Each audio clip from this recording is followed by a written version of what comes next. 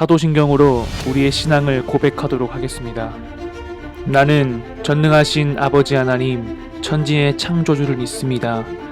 나는 그의 유일하신 아들, 우리 주 예수 그리스도를 믿습니다.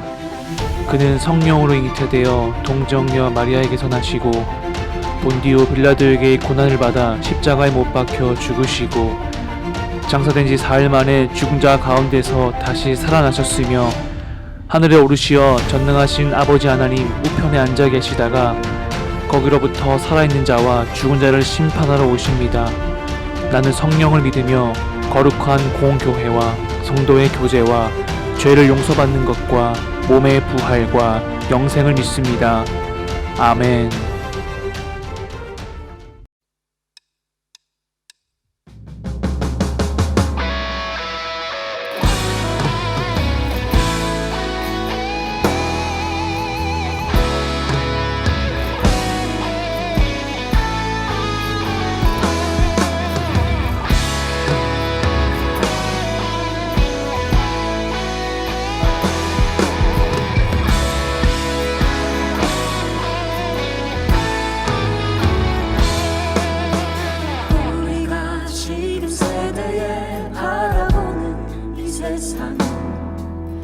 갈라짐, 다툼과 증오 모두가 아파하는데 당신이 보여준 우리가 따라야 할 그 사랑, 흩어진 우리를 모아 하나로 부르시네.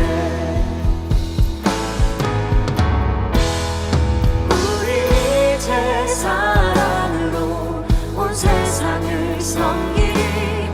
당신이 주신 이 사랑을 모두를 품어내네.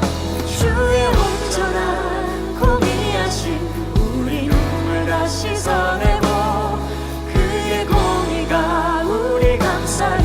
우리가 꿈꾸는 그날에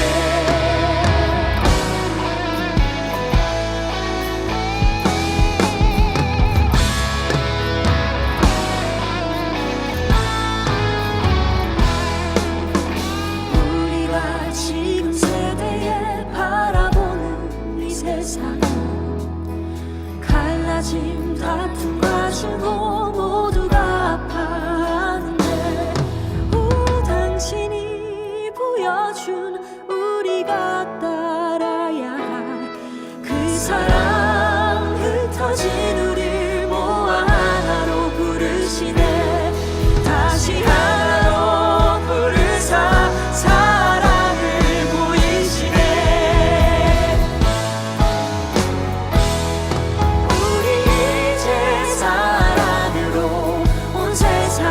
섬기리.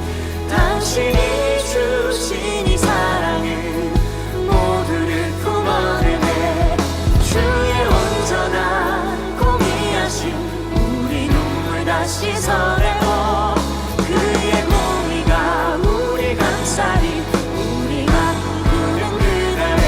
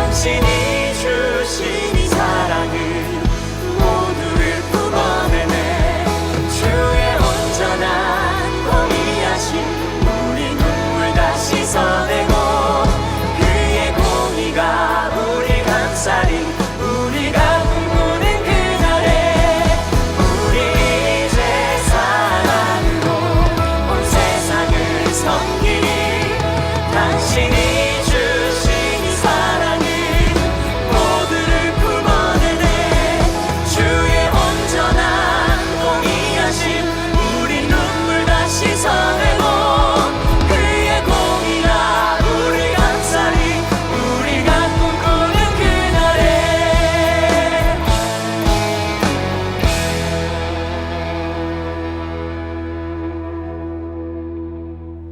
주의 공의와 온전한 평화가 임맞추는 그날에 주의 공의와 온전한 평화가 임맞추는 그날에 주의 공의와 온전한 평화가 임맞추는 그날에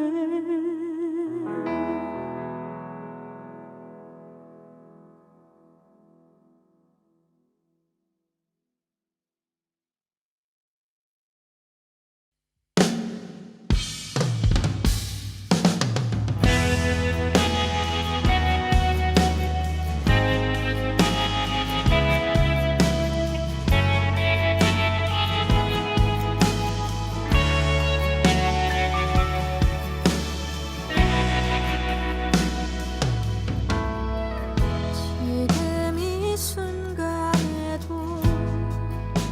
신음하며 기다리는 모든 피조물은 우리 주의 자녀들이 나타나길 권히 기다리네 주가 우리에게 맡겨주신 이 땅의 모든 생명들은 그의 영광을 영원토록 우리와 함께 찬양하리니 주가 사랑하는 모든 주의 창조물들이 주의 계획 따라 회복되길 원하네 영원한 나라에 초대된 우리 모두가 주의 말씀 따라 살기를 이 땅 회복하기 기도하네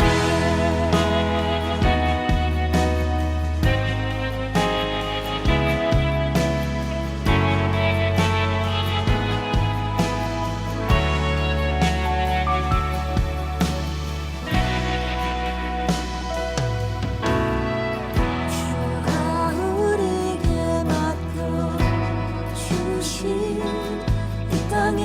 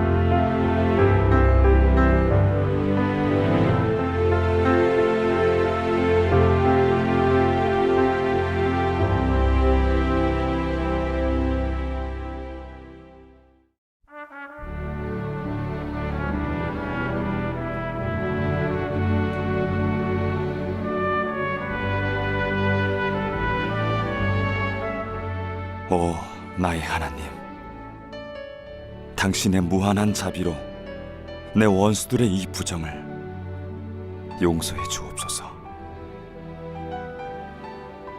당신은 나를 고소하는 자들의 부정을 아십니다. 나는 얼마나 왜곡된 범죄를 저지른 것으로 되어 있는지요. 나는 가치 없는 증거와 잘못된 정죄로 얼마나 압박을 당해왔는지요. 그렇지만 오 나의 하나님이시여, 말로는 표현할 수 없는 당신의 그 자비로 내게 가해진 잘못을 갚지 말아 주옵소서.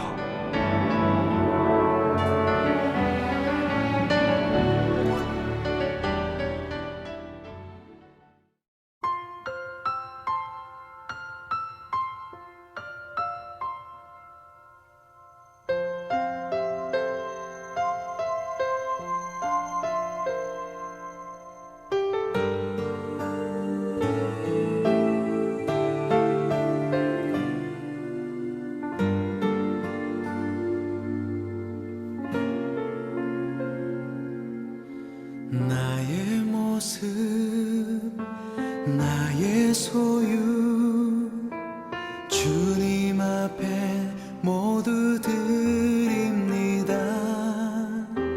모든 아픔, 모든 기쁨, 내 모든 눈물 받아 주소서. 나의 생명을 드리니 주 영광 위하여 사용하옵소서. 내가 사는 날 동안에 주를 찬양하며 기쁨의 제물 되리. 나를 받아 주소서.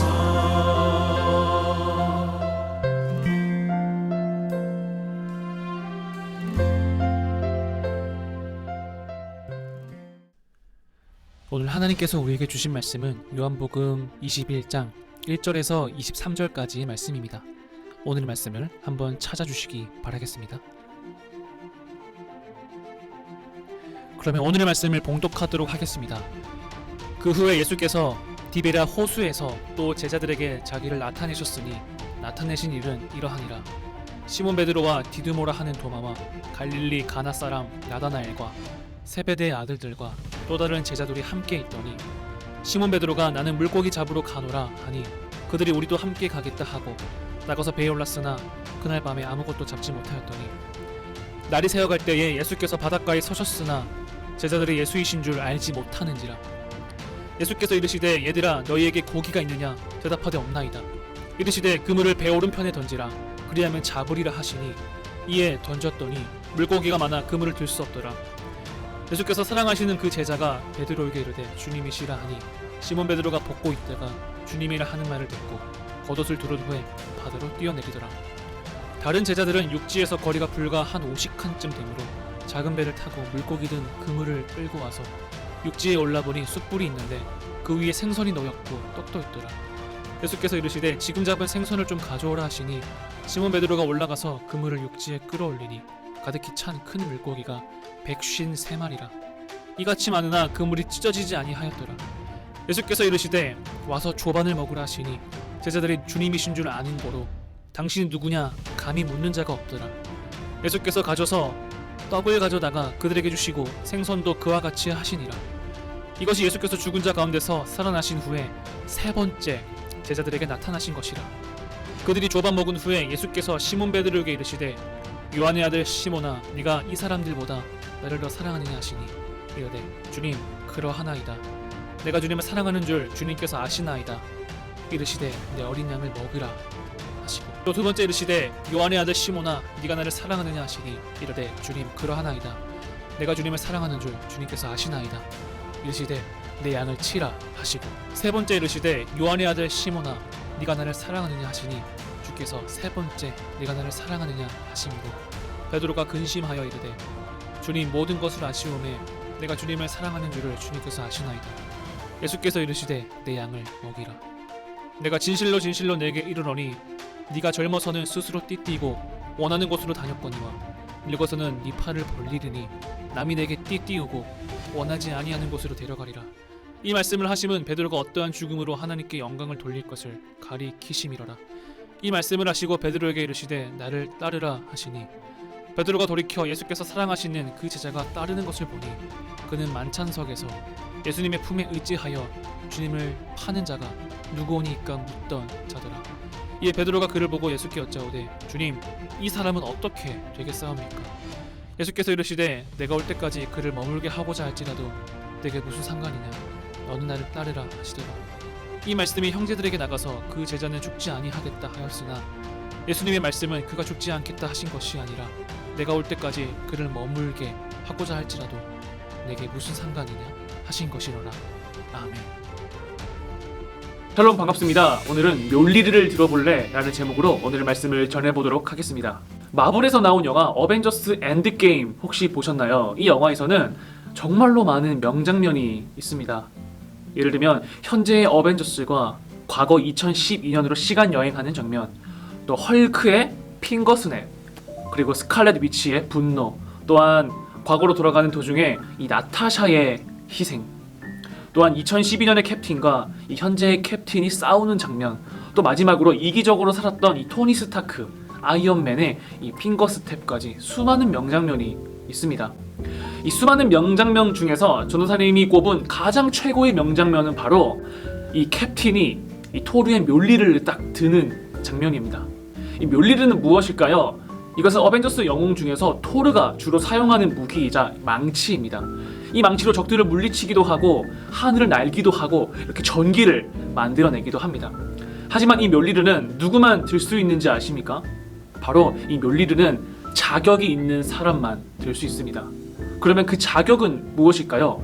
바로 정의롭고 선한 마음을 가진 사람만이 이 묘리르를 들 수가 있습니다. 이 어벤져스 영화 중에서 2015년에 나온 이 어벤져스 에이지 오브 울트론 그 영화에서는 많은 영웅들이 이 묘리르를 들기 위한 내기를 하였습니다. 내가 이거를 한번 들어보겠다라고 도전한 영웅들이 정말로 많이 있었습니다. 하지만 그 누구도 이 묘리르를 들지 못하였고 토르만이 들 수 있었습니다. 2015년에는 이 캡틴이 묘리를 들자 살짝 움직이기는 하였지만 결국에는 들 수가 없었습니다.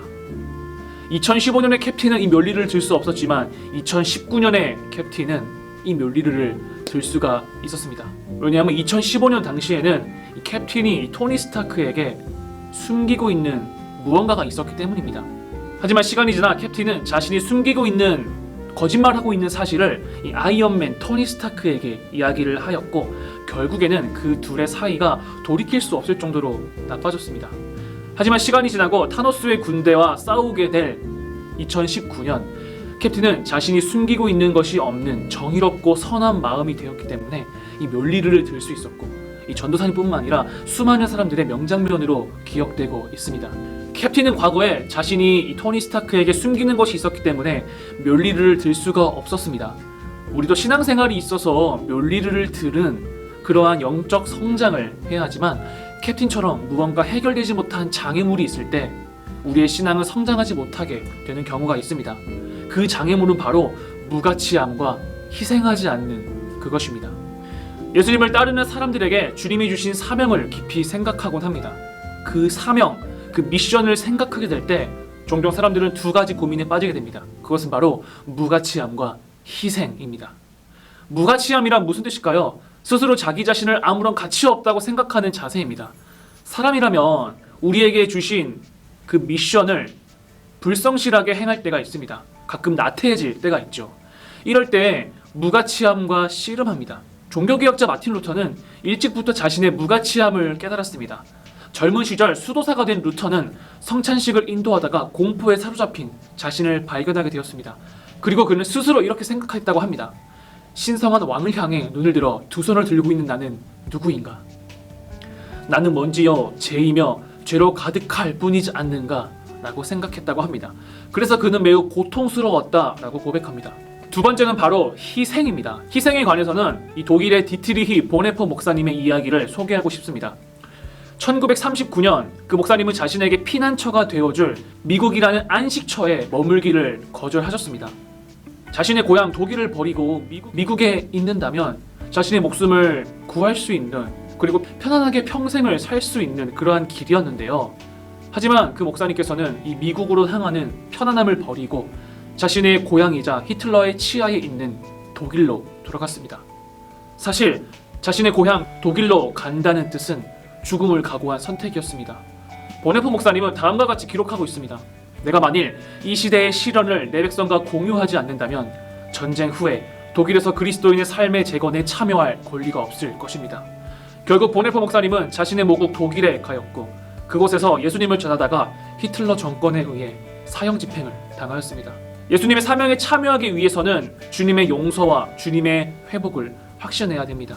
그리고 삶의 방향에 관한 주님의 주권도 확신해야 됩니다.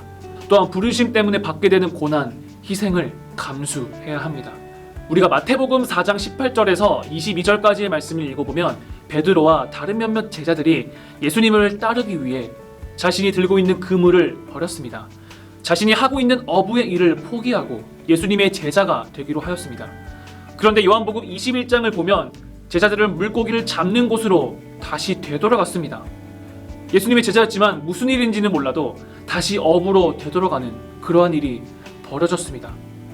오늘 읽은 요한복음에는 그들이 그렇게 한 이유나 과정 또는 그것이 적절하거나 부적절했다라는 평가는 전혀 없습니다. 그러나 그것은 예수님이 사명을 주어 보내신 제자들에게 기대할 만한 모습은 아니었습니다. 제자들은 부활한 왕이 함께해 주신다는 약속 가운데 자신의 정체성을 찾으려는 노력이 필요했습니다. 1절부터 한번 읽어보도록 하겠습니다.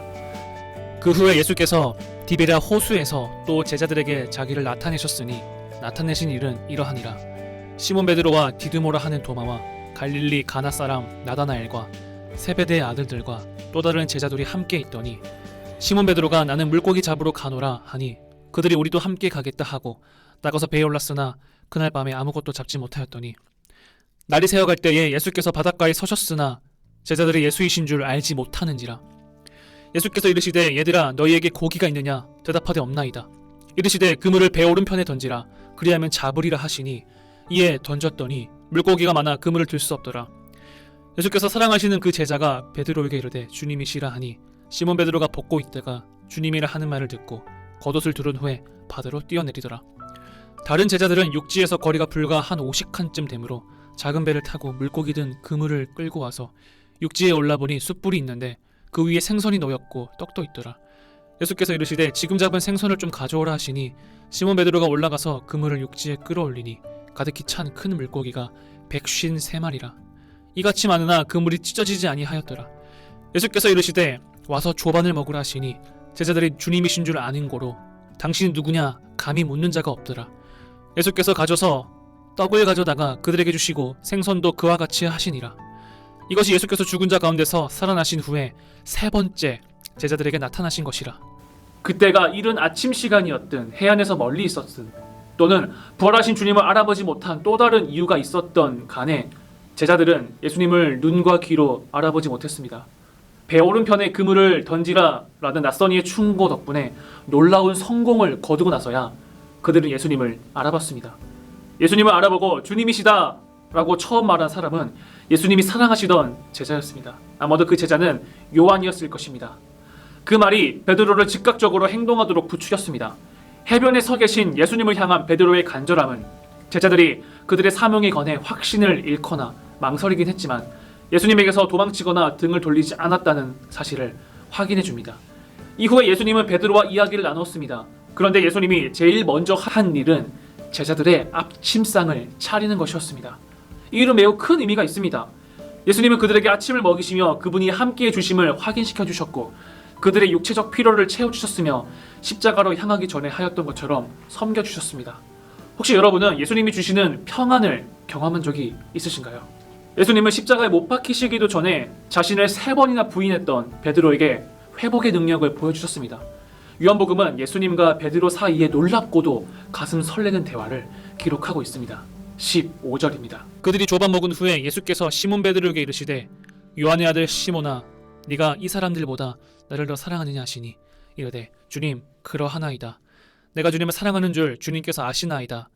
이르시되 내 어린 양을 먹으라 하시고 또 두 번째 이르시되 요한의 아들 시몬아 네가 나를 사랑하느냐 하시니 이르되 주님 그러하나이다. 내가 주님을 사랑하는 줄 주님께서 아시나이다.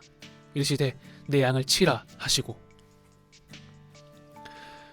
세 번째 이르시되 요한의 아들 시몬아 네가 나를 사랑하느냐 하시니 주께서 세 번째 네가 나를 사랑하느냐 하심으로 베드로가 근심하여 이르되 주님 모든 것을 아시오매 내가 주님을 사랑하는 줄을 주님께서 아시나이다.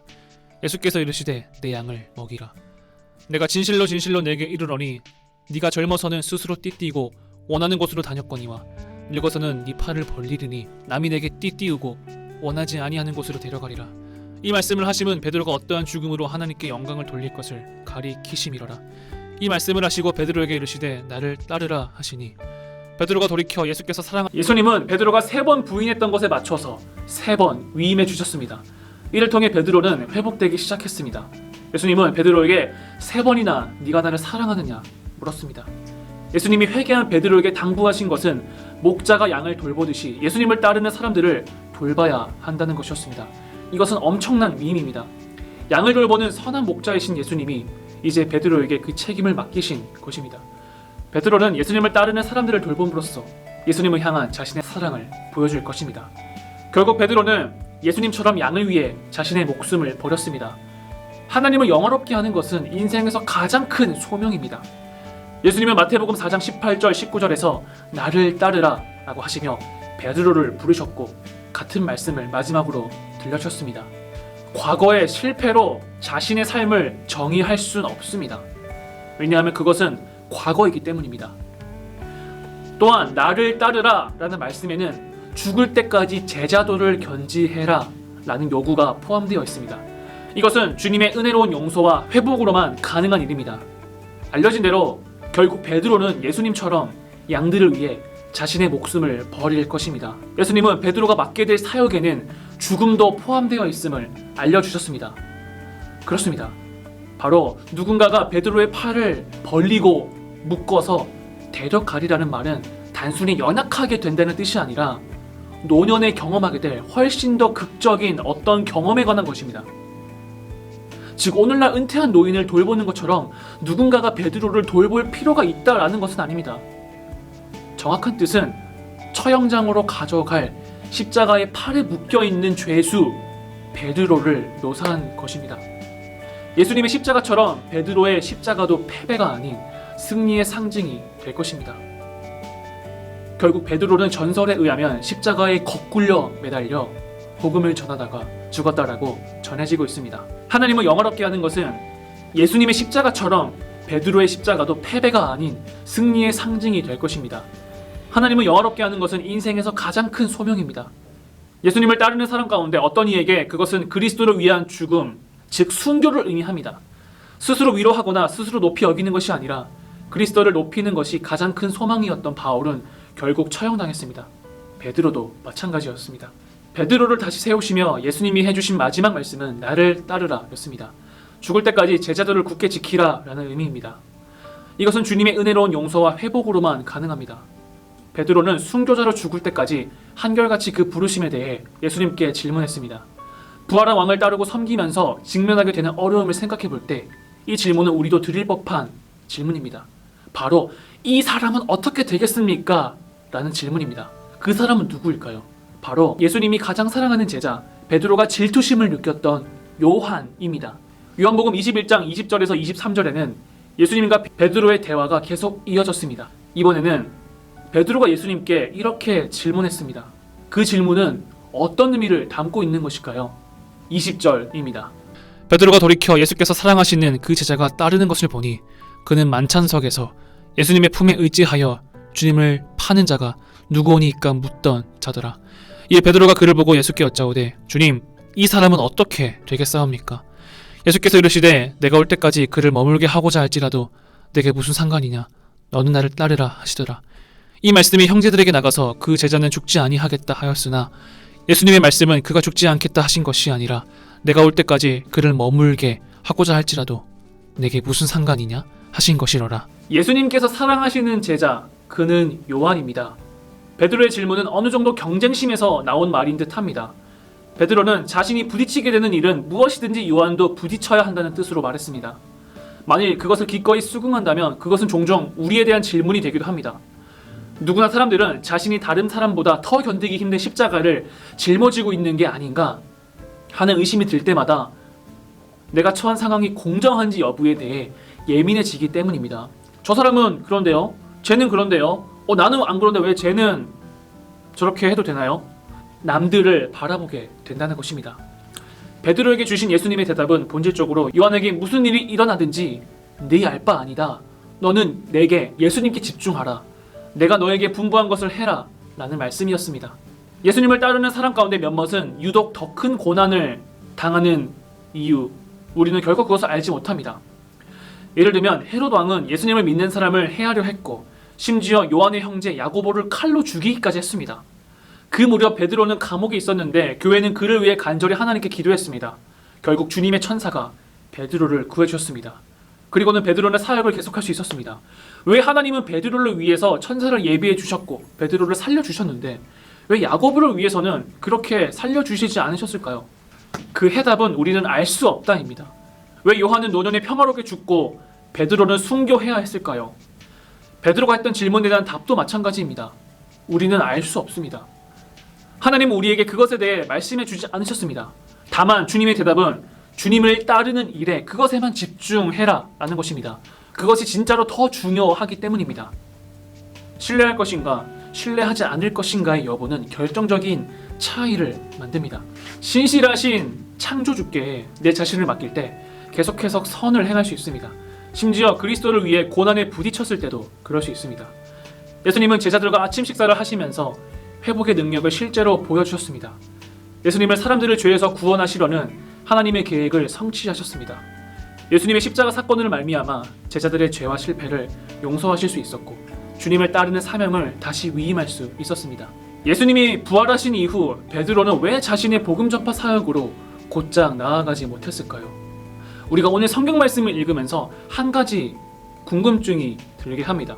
바로 예수님이 부활하신 이후 베드로는 왜 자신의 복음 전파 사역으로 곧장 나아가지 못했을까요?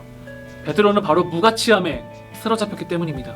내가 3번이나 예수님을 부인했는데 이러한 쓸모없는 사람은 예수님의 제자가 될 수 없다고 생각했기 때문입니다. 그러나 예수님은 슬픔에 젖어있던 베드로에게 먼저 찾아와 주셨습니다. 가장 먼저 베드로에게 맛있는 아침상을 차려주셨습니다. 그리고는 다시 바다로 가서 어부일을 하고 있는 베드로의 자신의 무가치함, 다시 말해 베드로의 죄책감을 씻어주셨습니다. 그리고는 다시 바다로 가서 어부일을 하고 있는 베드로 자신이 느끼고 있는 무가치함, 다시 말해 죄책감을 씻어주셨습니다. 3번 베드로가 예수님을 부인했다면 예수님께서는 3번 네가 나를 사랑하느냐? 라고 물어봐 주시면서 그 아픔을 씻어주셨습니다. 그리고는 베드로는 완전히 변화되었습니다.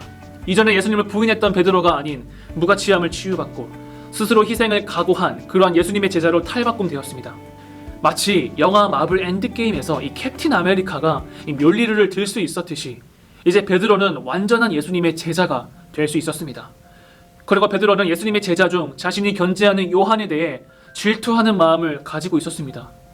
이에 대해 예수님께서는 요한이 무슨 일을 하든 상관하지 말고 나에게 집중하라 라고 알려주셨습니다. 때로는 이 남들의 시선을 뺏기는 경쟁심도 물론 좋은 점도 있지만 자꾸만 나의 사명을 보지 못하는 단점이 있습니다. 우리는 신앙 안에서 경쟁보다는 예수님이 나에게 주신 그러한 사명에 더 집중해야 됩니다. 그러할 때 이 서로 경쟁자가 아닌 동력자로 우리 모두 함께 예수님의 미션에 나아갈 수가 있습니다. 사랑하는 중등 여러분, 예수님을 제대로 따르기 위해서는 자신의 무가치함을 예수님의 사랑으로 이겨내고 그에 따르는 희생을 할 줄 알아야 됩니다. 그래야 진정한 예수님의 제자로서 이 묠리르를 들 수 있습니다. 캡틴 아메리카는 아이언맨에게 자신이 거짓말하고 있다는 사실을 밝히기 전까지는 결코 이 묠리르를 들 수 없었지요. 하지만 캡틴은 이 아이언맨 토니 스타크에게 자신의 거짓말을 솔직하게 이야기했을 때 자신의 이 묠리르를 들 수 있는 자격, 정의롭고 선한 마음이라는 그러한 자격을 얻게 되었습니다. 여러분도 신앙의 묘리를 들기 바랍니다. 스스로 자신을 파괴하는 무가치함을 오늘 베드로에게 신이 차셔주셨던 예수님의 사랑, 넓은 마음으로 치유되고, 또한 베드로가 자신의 사명을 목숨을 바쳐 다했고, 또한 보네포 목사님도 예수님의 사명을 다했듯이 여러분도 예수님의 사명, 미션을 위해 희생할 줄 아는 저와 여러분 되길 바라겠습니다. 기도하겠습니다. 하나님, 무가치함과 죄책감에 빠져있던 베드로에게 맛있는 것도 먹여주시고 예수님을 부인했던 상처까지도 친히 씻어주신 예수님의 은혜를 기억합니다. 혹시나 우리가 하나님 앞에서 무가치함을 느끼지 않게 하시고, 혹여나 이러한 것을 느낀다면 예수님이 친히 그들에게 다가가 상처를 치유하여 주옵소서. 그리하여 무가치함이 아닌 예수님의 사랑을 힘입어 예수님을 위해 희생할 줄 아는 크리스천이 되게 하옵소서. 그리하여 신앙의 멸리를 들 수 있게 하옵소서. 예수님의 이름으로 기도합니다. 주님이 가르쳐 주신 기도를 하도록 하겠습니다. 하늘에 계신 우리 아버지, 아버지의 이름을 거룩하게 하시며 아버지의 나라가 오게 하시며 아버지의 뜻이 하늘에서와 같이 땅에서도 이루어지게 하소서. 오늘 우리에게 일용할 양식을 주시고 우리가 우리에게 잘못한 사람을 용서하여 준 것 같이 우리 죄를 용서하여 주시고 우리를 시험에 빠지지 않게 하시고 악에서 구하소서. 나라와 권능과 영광이 영원히 아버지의 것입니다. 아멘.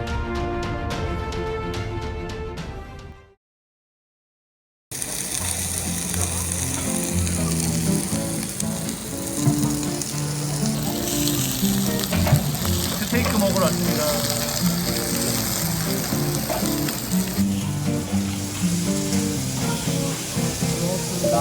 그래요. 맛있게 먹었습니까? 남은 게 거의 없는데요. 야채만 남았네요. 할게. 안 떨어진대요. 잠시만요.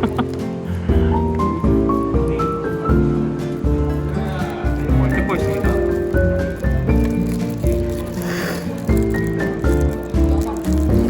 왜 안 뜯어져요? 타임.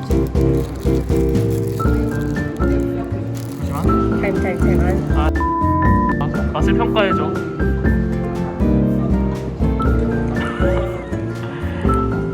장결이가 초반에 맛이 없는데 그 맛이 없는데 무맛인데 맛이 나름 괜찮아? 네.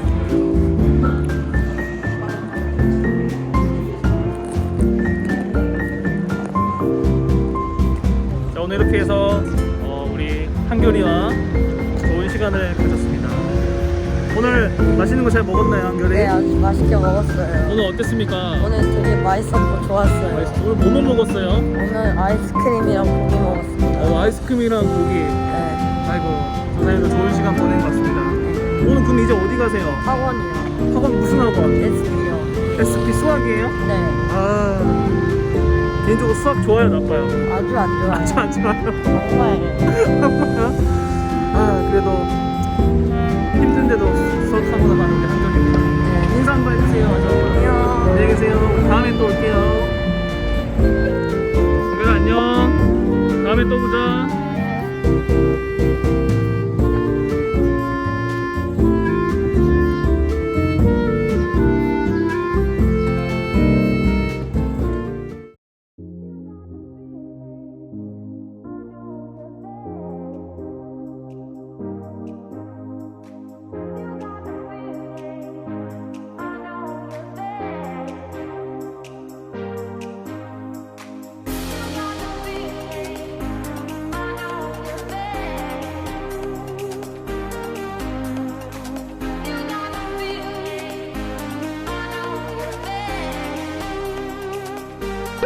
I know